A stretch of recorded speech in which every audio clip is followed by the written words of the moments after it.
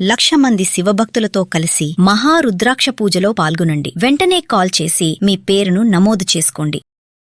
నమస్తే, welcome to Suman TV. నేను మీ కృష్ణవేణి. మనందరికీ అనేక సమస్యలు ఉంటాయి, అనేక సందేహాలు ఉంటాయి. ప్రతి సమస్య పరిష్కారం కోసం చాలా డబ్బు ఖర్చు పెట్టి యజ్ఞాలో, హోమాలో లేదా పరిష్కారం కోసం మనం వెళ్ళలేము.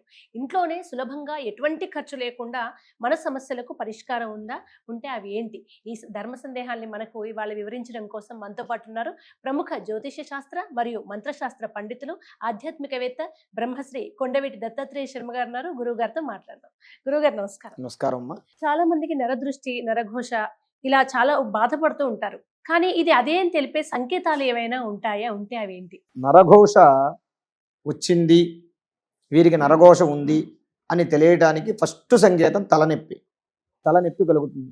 ఇప్పుడు ఎవరైనా మంచిగా బట్టలు వేసుకున్నవారు కానివ్వండి, కాస్త అంత బంగారం పెట్టుకుని కాస్త యాక్టివ్గా ఉన్నవారు కానివ్వండి, వారి సాయంత్రం అయ్యేటప్పుడు కాస్త ఇంటికి వచ్చేటప్పటికి తలనొప్పి, చిరాకు, ఒళ్ళు బాగా అలసట బాగా రావటం, ఇలాంటి సూచనలు నరఘోషకు సంకేతం. ఇంకోటి కూడా ఏంటంటే అంటే నరఘోష కలిగినటువంటి వారికి కూడా ఆర్థికపరమైనటువంటి ఇబ్బందులు వస్తాయి.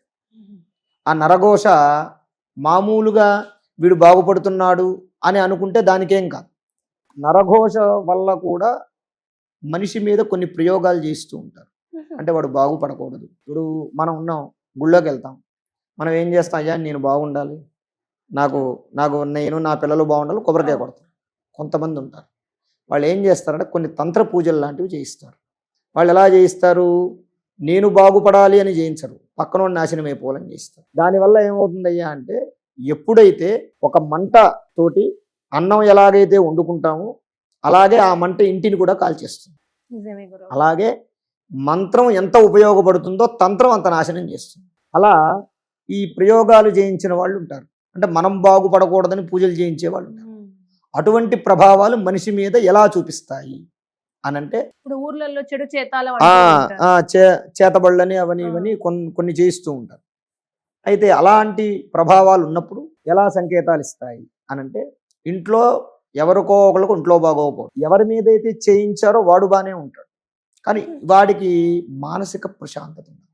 ఎవరికో ఒకరికి ఒంట్లో బాగాలేకపోవడం, వాడు ఏ పని చేద్దామన్నా ముందుకు వెళ్ళలేకపోవడం, అభివృద్ధి లేకపోవడం, తర్వాత ఆర్థికపరమైనటువంటి ఇబ్బందులు, తర్వాత శత్రువులు, వాడు ఒక మంచి మాట చెప్పినా సరే అవతల వాళ్ళు వాళ్ళ బంధువులు కానివ్వండి, స్నేహితులు, కొన్ని సందర్భాల్లో భార్యాబిడ్డలు కూడా వాడిని అర్థం చేసుకోలేక దూరం పెట్టేటటువంటి పరిస్థితులు, ఇలాంటివన్నీ కూడా కలుగుతాయి.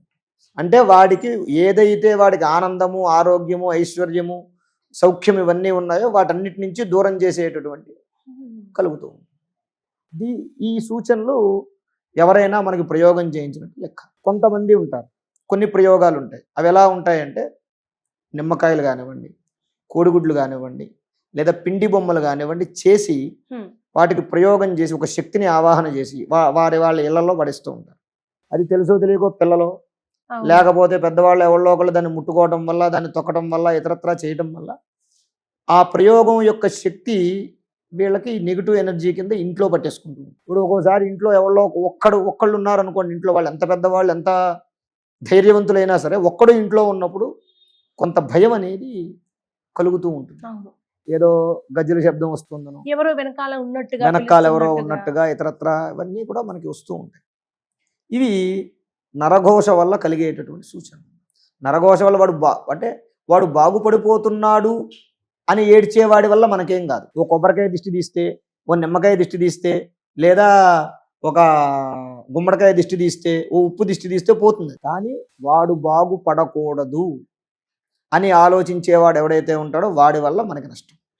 ఇటువంటి ప్రయోగాలు లాంటివి, పూజలు లాంటివి వాళ్ళు బంధువులు అవ్వచ్చు, స్నేహితులు అవ్వచ్చు చేయిస్తుంటారు. మనం ఎన్ని చూడట్లేదు టీవీలోను, వాటిలో, సోషల్ మీడియా. ఈ స్థాయిలో జరిగితే ఇంట్లో పరిష్కారం కష్టమే కదా గురువు గారు, పెద్దల్ని అప్రోచ్ అవ్వాల్సిందే, ఖచ్చితంగా అప్రోచ్ అవ్వాల్సిందే. ఒకవేళ చిన్న వాటికి అయితే మాత్రం ఎప్పుడైనా సరే ప్రతి ఆదివారం కానివ్వండి, అమావాస్య రోజులు కానివ్వండి, చీకటి పడిన తర్వాత ఎర్రన్నం ముద్ద, పచ్చన్నం ముద్ద, ఓ కోడిగుడ్డు లేదా ఓ నిమ్మకాయ లేదా ఓ కొబ్బరికాయ దిష్టి తీయించుకుంటున్నారు.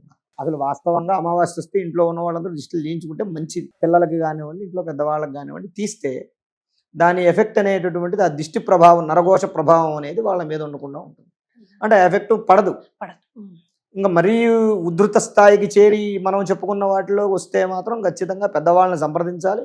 ఆ ప్రకారంగా దానికి నివారణ చేయించుకుంటే తప్ప అది వదలదనమాట. ఇంకోటి కూడా ఏంటయ్యా అంటే, ఎవరైతే ప్రతి మంగళవారం కానీ శుక్రవారం కానీ, మంగళవారం అయితే ఆంజనేయ స్వామి దగ్గర, శుక్రవారం అయితే అమ్మవారి దగ్గర ఓ 3 నిమ్మకాయలు పెట్టి పూజ చేయించుకుని ఇంటికి కట్టుకుంటాడో వాడికి ఏ ఘోష ఉండదు. నిమ్మకాయకి అంత బలం. అమ్మవారి గుళ్ళో పూజ చేయించుకుని శుక్రవారం అయితే అమ్మవారి గుళ్ళో పూర్వం బోళ్ళు మంది చేసేవారు, ఇప్పుడు అంతా లేదు. కానీ పూర్వం నిమ్మకాయలు మంగళవారం వస్తే ఆంజనేయ స్వామి గుళ్ళో, మంగళవారం ఆచారం ఉన్నవాళ్ళు మంగళవారం, శుక్రవారం ఆచారం వస్తే శుక్రవారం అమ్మవారి గుళ్ళోను చేయించి పూజ చేయించి చక్కగా వెళ్ళి విధిగా వెళ్ళి నిమ్మకాయలు మార్చుకుని కట్టుకునేవాళ్ళు. ప్రతి వారం మార్చుకోవాలి. అలా మార్చుకోవడం వల్ల ఏమవుతుందయ్యా అంటే, ఇంటికి పట్టినటువంటి నెగిటివ్ ఎనర్జీ అనేది ఇంట్లోకి రాదు. ఎందుకంటే నిమ్మకాయలో పాజిటివ్ ఎనర్జీ ఉంటుంది, విపరీతమైన శక్తి ఉంటుంది నిమ్మకాయలు, అది లోపలికి రానివ్వదు. ఆ కారణంగా ఇప్పుడు వాహనాలు ఉంటాయి, ఇప్పుడు పెద్ద పెద్ద వాహనాలు ఉంటాయి. ఆ వాహనాలకు ఏం చేయాలంటే ప్రతి అమావాస్యకి నిమ్మకాయలు మారుస్తూ ఉండాలి, నిమ్మకాయలు తొక్కిస్తూ ఉండాలి.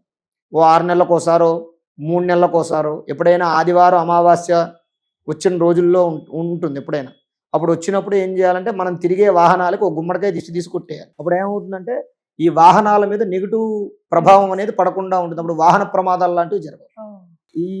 ఈ పరంగా ఉంటాయన్నమాట. ఇవన్నీ పూర్వం చేసేవాళ్ళు కాబట్టి అప్పుడు అన్ని లేవు. ఇప్పుడు ఎవరు చేయడం మానేశారు కాబట్టి, ఎవరు అడగట్లేదు, ఎవరు చేయట్లేదు కాబట్టి ఇప్పుడు ఈ ప్రమాదాలు కావచ్చు, నరఘోషలు కావచ్చు, ఇవన్నీ కూడా బాగా ఎక్కువ అవడానికి గల ప్రధాన కారణం. గురువు గారు, ఒక ఇంట్లో లక్ష్మీ కటాక్ష ఉండాలంటే ఆ ఇంట్లో వాళ్ళు ఉదయం లేవగానే ఎటువంటి పనులు చేస్తే లక్ష్మి స్థిర నివాసం ఉంటుంది? ఒక ఇంట్లో లక్ష్మీదేవి యొక్క అనుగ్రహం కలగాలి అని అంటే వారు సూర్యోదయానికి ముందే నిద్ర లేవాలి. అంటే కనీసం 4 గంటలకు నిద్ర లేవాలి. ఏ ఇంటి వారైనా బ్రహ్మముహూర్తం అప్పుడే నిద్ర లేచి స్నానం చేసుకుని, నిద్ర లేచేటప్పుడు కూడా కొన్ని ధర్మాలు ఉంటాయి, కొన్ని మంత్రాలు చదువుకోవాలి, తర్వాత స్నానం చేయాలి. తదుపరి ఇంట్లో నిత్యము కూడా దీపారాధన లేకుండా ఉండకూడదు. దీపారాధన చేసుకోవాలి. ఉదయము సూర్యోదయానికి పూర్వం, సాయంత్రం పూట సూర్యాస్తమయం అయిన తర్వాత కూడా దీపారాధన చేయాలి. చేసి స్తోత్రాలు ఉంటాయి, పంచాయతన దేవతా స్తోత్రాలు, గణపతి స్తోత్రము, సూర్యభగవానుడి స్తోత్రము, విష్ణు స్తోత్రము, శివస్తోత్రం, అమ్మవారి స్తోత్రం, సుబ్రహ్మణ్య స్తోత్రం. ఈ 6 స్తోత్రాలు కూడా ఎవరైతే చదువుతారో వారి ఇంట్లో ఏ విధమైన దారిద్ర్యము కానీ, కష్టము కానీ, దుఃఖాలు కానీ ఉండవు. ఈ ప్రకారంగా నిత్య దీపారాధన ఎవరైతే చేస్తారో వారింట్లో లక్ష్మీదేవి స్థిర నివాసిని. ఆయన లక్ష్మీదేవి స్థిర నివాసిని అయి ఉన్నటువంటి ఇంటికి ఏ విధములైనటువంటి గ్రహ దోషాలతో కానివ్వండి, ఇతరత్ర చెడు ప్రభావాలతో కానీ ప్రభావం ఆ ఇంటి మీద చూపించదు. కాబట్టి ఆ ప్రకారంగా వాళ్ళు చేసుకుంటే వాళ్ళకు శుభం కలుగుతుంది. యజమాని ఇప్పుడు గృహ స్త్రీ ఉంటుంది, భర్త ఉంటారు, కానీ చాలా సందర్భాల్లో పెద్దలు చెప్పేది ఏంటంటే ఇంట్లో పూజ అదంతా ఆ యజమానే చేయాలంటే పురుషుడే చేయాలి. ఈ మధ్య వాళ్ళు ఉద్యోగానికి పోవడం వల్ల ఆడవాళ్ళు అంటున్నారు. ఇద్దరిట్లో ఎవరు చేసినా గృహానికి ఫలితం సమానంగా ఉంటుంది. ఇవి వాస్తవంగా అయితే ఇంటికి యజమానే పూజ చేయాలి. ఈవిడ అన్ని సిద్ధం చేసి పెట్టాలి. దీపారాధన కుందులో నూనె పోసి ఒత్తులు వేసి అన్నీ కూడా రెడీగా పెట్టాలి. యజమాని పూజ చేస్తే ఇమీడియట్లీ ఫలితం కలుగుతుంది. తర్వాత ఒకవేళ ఏ కారణం చేతైనా యజమాని పూజ చేసేటటువంటి పరిస్థితుల్లో లేనప్పుడు అప్పుడు స్త్రీ తప్పనిసరిగా దీపారాధన చేయాలి. పూర్వం అసలు మగవారే పూజ చేయాలి. శాస్త్రం వ్రతం చేసేటప్పుడు స్త్రీ పక్కన కూర్చోవాలి. వ్రతాలు కానీ యజ్ఞయాగాలు కానీ చేసేటప్పుడు స్త్రీ లేకుండా చేయకూడదు, అంటే భార్య లేకుండా చేయకూడదు. పూర్వం ఈ పుత్ర సంతానం కలగాలి అని ఎందుకంటారయ్యా అంటే, నేనున్నంతకాలం నా ఇంట్లో నా దేవుడికి నేను పూజ చేస్తా, పురుషుడే పూజ చేయాలి, నా తర్వాత పూజ ఎవరు చేయాలి? కొడుకే చేయాలి. కాబట్టి పుత్ర సంతానం కావాలి అని చెప్పేవారు. అందువల్ల ఏంటంటే వాస్తవంగా మగవారే పూజ చేయాలి. ఇంకవారికి ఆరోగ్య పరిస్థితో లేకపోతే ఉద్యోగ రీత్యా ఇతరత్ర ఇబ్బందులు ఉన్నప్పుడు స్త్రీ చక్కగా దీపారాధన చేసి స్తోత్ర పారాయణం చేయాలి. అంటే పురుషుడు చేసే పూజా విధానం వేరే ఉంటుంది, స్త్రీ చేసే పూజా విధానం వేరే ఉంటుంది. కానీ ఆయన చేసే పూజా విధానం ఈవిడ చేయకుండా ఈవిడ విధానంగా ఈవిడ చేసుకున్నా సరే పూజ ఫలితం ఇద్దరు చేసినటువంటి ఫలితం వస్తుంది. ఎందుకంటే ఇంటికి యజమానంతో యజమానురాలు కూడా అంతే. కాబట్టి శివశక్త్యాయుక్తో అర్ధనారీశ్వర స్వభావం, ఆయన లేకపోతే ఈవిడ లేదు, ఈవిడ లేకపోతే ఆయన లేరు. కాబట్టి ఇద్దరు చేసినా ఫలితం వస్తుంది. ధన్యవాదాలు. ధన్యవాదాలు.